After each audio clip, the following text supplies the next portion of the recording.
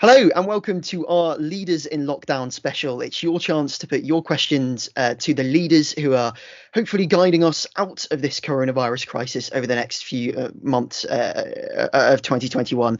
I'm really pleased to say that I'm joined by the Mayor of the Sheffield City region, Dan Jarvis. Dan, hello. Thank you so much for joining us. My pleasure. Great to be with you, Ben. Fabulous. So we've got lots of questions that have been sent in from listeners that we'll get through over the next half an hour. To start off with, though, I just wanted to kind of open the conversation really by asking you about, obviously, it's been such a troubling 12 months for everyone in South Yorkshire and across the country. What do you think are the kind of the main challenges that our county faces going forward out of this? You're right. It's been incredibly challenging 12 months. And I think the main challenge is the economic recovery. COVID has levelled down communities like ours in South Yorkshire and communities right across the north of England. And the job of investing in our communities and supporting our businesses is one that will take a number of years. And that's why we're putting so much focus on drawing down the maximum amount of financial support to get it to where it's most needed, so that we can give our people, our communities, our businesses, not just the best chance of recovering, because we want to be more ambitious than that, but the best chance of actually coming through this and being successful the other side of it. Now, that feels like quite a challenging prospect at the moment, but that's what we've got to aim for, and that's what we're working to achieve. And you've announced quite a lot of investment recently in terms of putting money into South Yorkshire to help its recovery, this £860 million pot of money that you're putting in. Tell us a little bit about that and what that's going to go towards. So this is what we've called the South Yorkshire Renewal Fund. So this is an unprecedented amount of investment that we will draw down and use to support communities and businesses across South Yorkshire. These are extraordinary times, and they call for extraordinary measures. And I've tried to get the government to invest as much as possible in South Yorkshire. And in some respects, that's worked reasonably well, because we have actually been quite successful at drawing some money down, but less successful in other areas, not least the Levelling Up Fund, which the government announced the detail of the other day, where we have a lower priority than some more affluent parts of the country. And that's quite concerning. But what we've been able to do, working very closely with the leaders of our 4 councils here in South Yorkshire, is bring all of that investment together, whilst also leveraging the gain share investment that we are able to draw down from national government, and create this renewal fund, which gives us the resources we need to support our businesses and invest in our communities. So this is investment on an unprecedented scale, and hopefully will go some way to answering the very significant economic challenges that we face as we come out of the pandemic. And are there specific projects that money will go to that will benefit our recovery then? Yes, in every single local authority area in South Yorkshire, there are a range of specific projects that will be supported. So we're seeing money going into our high streets. We're seeing money going to support apprentices. We're seeing money being invested in active travel, money being invested in our bus network, money being invested in flood defences right across South Yorkshire. So we've been able to draw together what I hope is a really big, bold recovery plan for South Yorkshire, and we'll use the Renewal Fund investment to fund that. And as I say, hopefully that will give our communities here in South Yorkshire the best possible chance of thriving over the next few years. You mentioned the high street. It's going to be a challenge after the last year to get shoppers back in spending their money in local shops. Brings us on to our first question, which is from Adele in Sheffield. She says, what do you make to the idea of lowering the rates of city centre shops in order to attract more shops to bring to the high street back to life in South Yorkshire? I think it's a really good question from Adele. The high street, our urban centres, have faced unprecedented challenges in recent times because of lockdown. But let's be honest about the fact that the high street was finding it pretty tough before we even went into lockdown. And obviously it's a very competitive market these days, and it's so easy for people to go online and do their shopping over the internet. So we've got to do everything that we possibly can to make our high streets places that people want to go to do their shopping, to spend their quality leisure time, and support our local and regional economies in that way. I think Adele makes a really useful suggestion about business rates.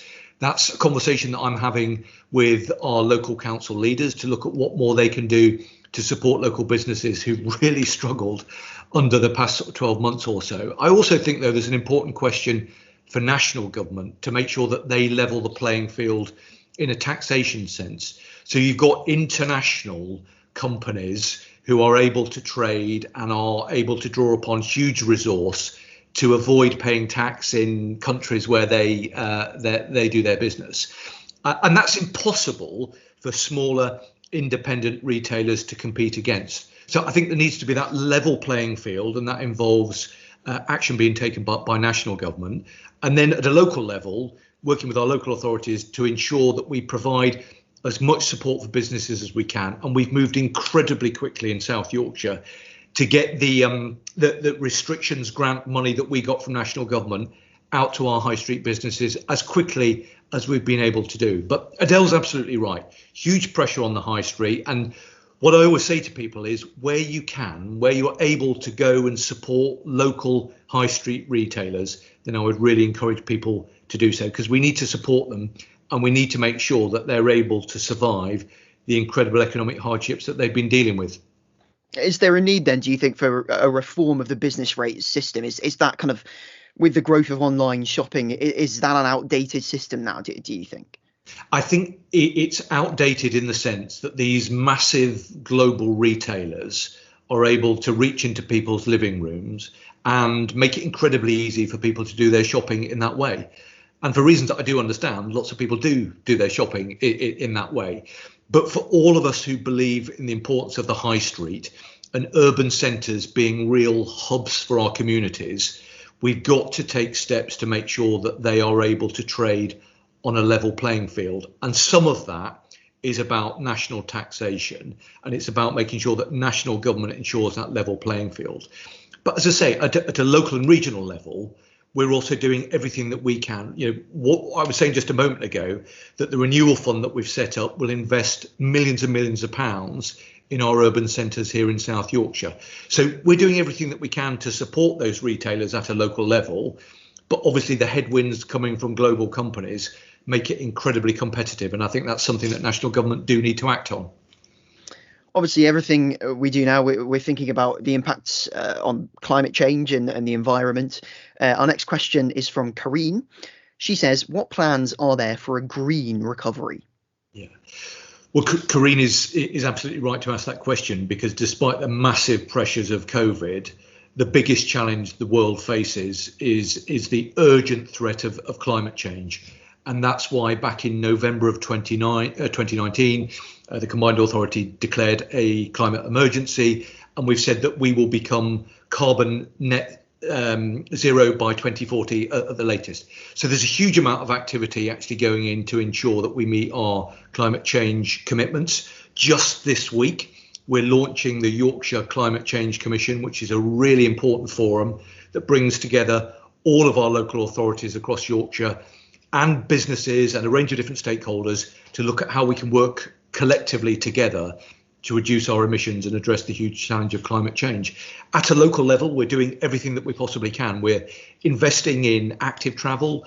We're investing in a more sustainable and affordable bus fleet. So this is a huge priority for us in South Yorkshire, and we're working through our net zero partnership, which isn't just our local councils, it's all of our anchor institutions, the universities and a range of different organisations as well, to make sure that in South Yorkshire we're doing everything that we possibly can to address this huge threat that collectively we all face. The next question we've got is from a representative from South Yorkshire's branch of Extinction Rebellion. You say that climate change is the biggest threat we face and that South Yorkshire is working towards net zero carbon emissions by 2040 at the latest. How can this be possible with the expansion of Doncaster Sheffield Airport? Well, I've had quite a bit of contact with the Extinction Rebellion. I'm not quite sure what they're referring to, because all airports have been under massive pressure over the past 12 months. And obviously the number of people who are flying about at the moment is very, very greatly reduced. So I'm not quite sure what their specific point is. But what I can absolutely say to them and to everybody else is that the threat of climate change is the number one issue that we are facing, both locally, regionally, but nationally and internationally as well. That's why I lead for South Yorkshire as the vice chair of the Yorkshire Climate Change Commission. That's why I'm an ambassador for the COP26 Commission, which will be taking place in Glasgow in November of this year. And that's why we've brought together all of the different stakeholders from across South Yorkshire through the Net Zero Partnership to make sure that we are held up as an exemplar in South Yorkshire for the work that we're doing to ensure that our environment is both preserved and protected for the longer term, but also that we're doing everything that we possibly can to improve it for our residents. This is a huge priority for us in South Yorkshire, and there's a lot of activity going on to underpin that work. I think to clarify the question, they were asking about the expansion plans that Doncaster Sheffield Airport, I think, have got at the moment. They're trying to seek government funding for them at the moment. Would you be comfortable with our county's airport expanding and more flights going from there, given the vision that we've got in terms of tackling climate change? Well, one of the really big projects that we've been working on was to get an East Coast mainline station at Doncaster Sheffield Airport, because that would have actually quite significantly reduced the amount of emissions for people actually trying to get to the airport in the first place. The truth of the matter is that COVID has had a massive impact on the aviation industry. So all plans are, if you forgive the pun, up in the air at the moment. So I can absolutely assure Extinction Rebellion and all of our residents in South Yorkshire that we take the threat of climate change very seriously indeed.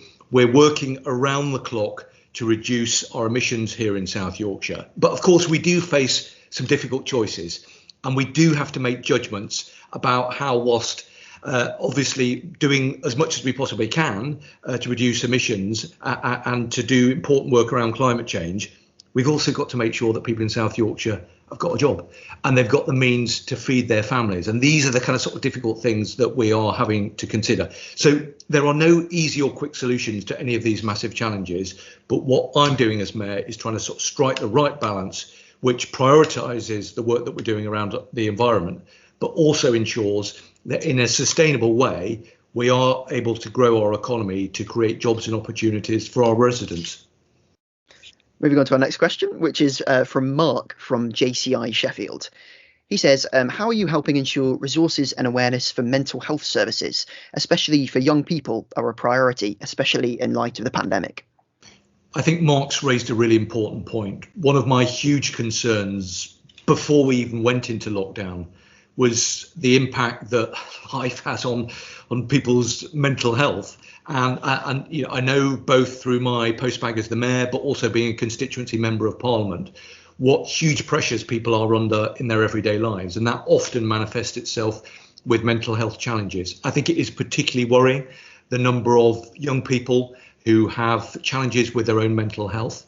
And that's why I've been raising on numerous occasions my concern about the level of investment that comes from national government into our NHS to make sure that we've got all of the right resources in the right place to support people who have mental health challenges. I meet with the leader of the NHS in South Yorkshire and Bassetlaw every single Wednesday morning, and we talk about these things on a very regular basis.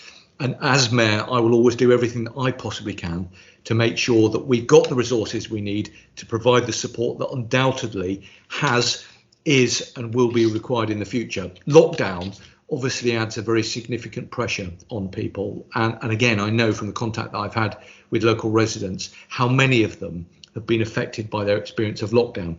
So there will be huge pressures on our NHS, who have done an absolutely fantastic job in providing care and support for our local residents. But we need to make sure that as we come out of lockdown and as the impact of the pandemic starts to reduce, that our NHS has got all of the resources it needs to provide the mental health care support that will undoubtedly be required long into the future. Pepe has our next question. He's a head teacher in Rotherham. He's particularly interested in the mental health impacts on young people. He says, what ways would you prioritise and make a real difference for the health and well-being of those young people who've suffered most through poverty and isolation throughout this period? Well, it's good to hear a question from Pepe, and I heard him talking very authoritatively about this on the radio just the other day, and he's right. And I speak both as the mayor, but also as a dad. I know that lockdown has been incredibly challenging for young people who faced unprecedented pressures. And the impact of being separated from school, from friends, from teaching and education has been significant on so many of our young people. So Pepe is absolutely right. We've got to do everything that we possibly can to make sure that school is able to support people as they kind of sort of catch up with the work that has been missed over the past 12 months. But we've also got to make sure that CAMS that provide that incredible support for young people have got the resources they need to cater for what undoubtedly will be an increased number of young people who will require mental health support. So it's a really important point. Health is not a devolved issue, by which I mean that as the mayor, I don't have formal responsibilities for the resources that underpin the support we provide through the NHS. But I work very closely with the NHS, very closely with schools, and it is a big priority for me, and I'll be doing everything that I can to make sure that all of our young people who've had such a tough time during lockdown, one of the reasons actually why one of the announcements we made this week was a reduced bus fare for those aged 11 to 21, was to provide some support for people as we come out of lockdown in terms of kind of reorientating themselves with society. But yes, Pepe is absolutely right. It's a big challenge, and I'll be doing everything that I can to work with him and others to make sure our young people get the support that they need. Next question is from Rebecca in Barnsley. She says, how will you and your party support parents and families of children and adults with special educational needs? These families have been hit the very worst by COVID and provided no respite, very little support, and no financial aid during COVID. They have been forgotten. What do you say to that? I would say to Rebecca that they haven't been forgotten about me, but I do agree her point. I've long had a concern about the level of support that is available for families with children who have special educational needs. This is an issue that gets raised with me on a very regular basis. Part of the problem rests on the reduction in the money that's come from national government to our local authorities to be able to provide this support, and that is a significant financial pressure on local councils across South Yorkshire, but around the country as well. I mean, this is an issue that I've raised in Parliament on a number of cases to make sure that the government put the resources into our local authorities and provide the support for schools, but also for families who have children with special educational needs, because obviously there is such a pressure on those families, and lockdown and the impact on education has only intensified those pressures in recent times. So Rebecca does make a really important point, and I can give her an assurance that I will be working with families, with schools, with our local authorities, and I'll be raising this in Parliament to make sure that those families with special educational needs children get the support that they need through the system, because I completely agree with what she said. They've had an incredibly difficult time over the past 12 months.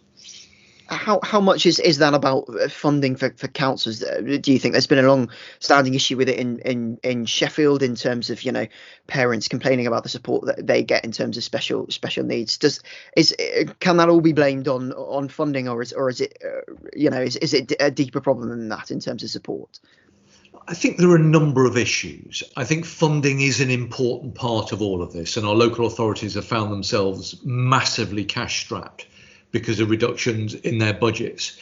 I also think, though, that there are wider social and cultural issues. I think there is a lack of understanding amongst some political decision makers about what it must be like to live with the challenge of having a child who has special educational needs. The world in which you live and the way in which you go about your lives is very significantly altered for many parents and for many families. And I think as a society, we have an absolute responsibility to commit to support those people as best we possibly can. And as I say, it's something that's raised with me a huge amount. So I think money and resources is an important part of it.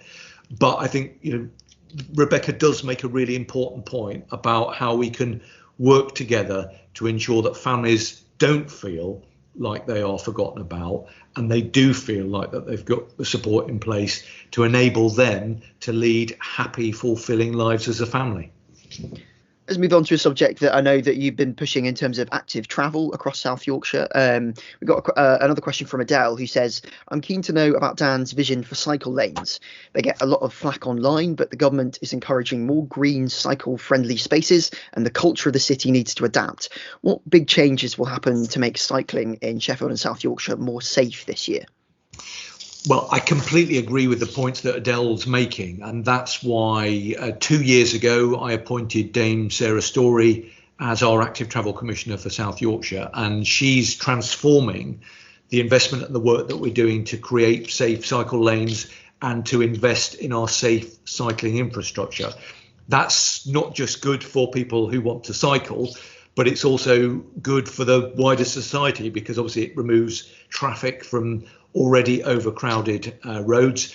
It's good for the public health agenda because it enables people to lead healthier, and I would argue happier lives. So active travel is a big priority for us in the combined authority. We've invested millions of pounds working very closely with our local authority partners, and we've drawn together what we've called an active travel implementation plan, which is an ambitious network of hundreds of kilometres of cycle networks that we want to build over the next number of years, running up through till 2040. So I can assure Adele that there is a lot of activity taking place. Sarah's Story is an absolute force of nature, and we work very closely with our local councils to make sure that we're doing everything that we possibly can to enable people to walk and cycle in a way that previously they weren't able to.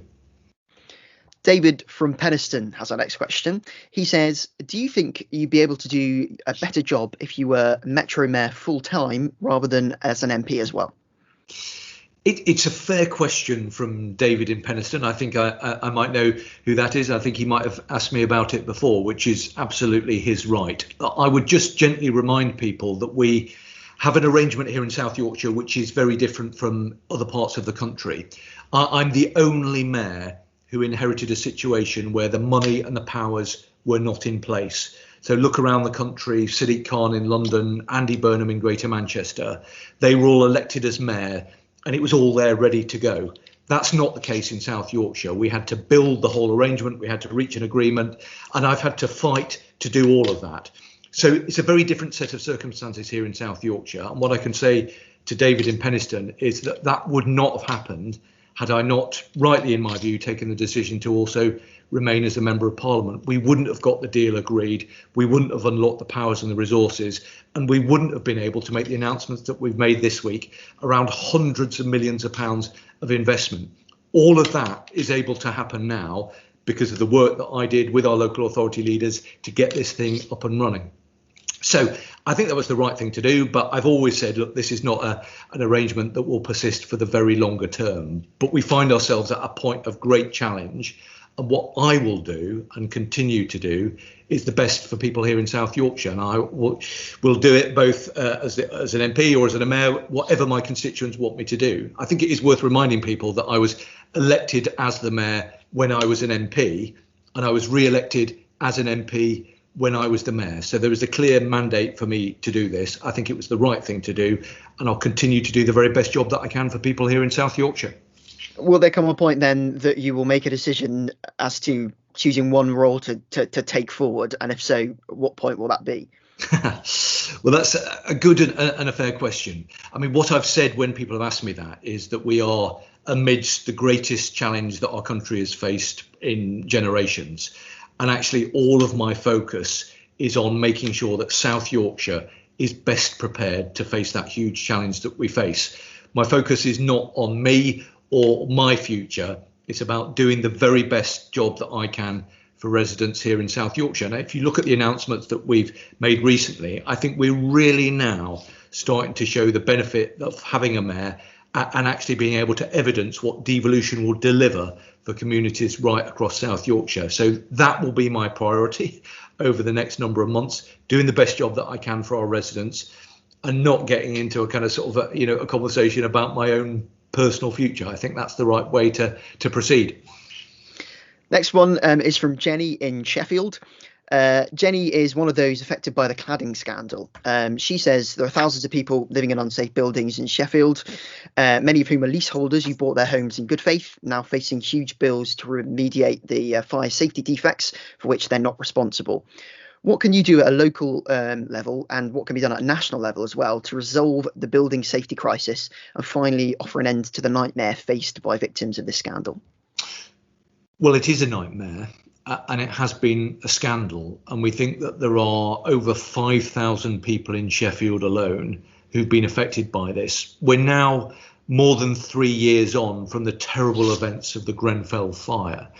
And it is appalling that people and families find themselves in a situation where they're genuinely still fearful for their future. So I've been doing what I can to support those people who are directly affected in South Yorkshire.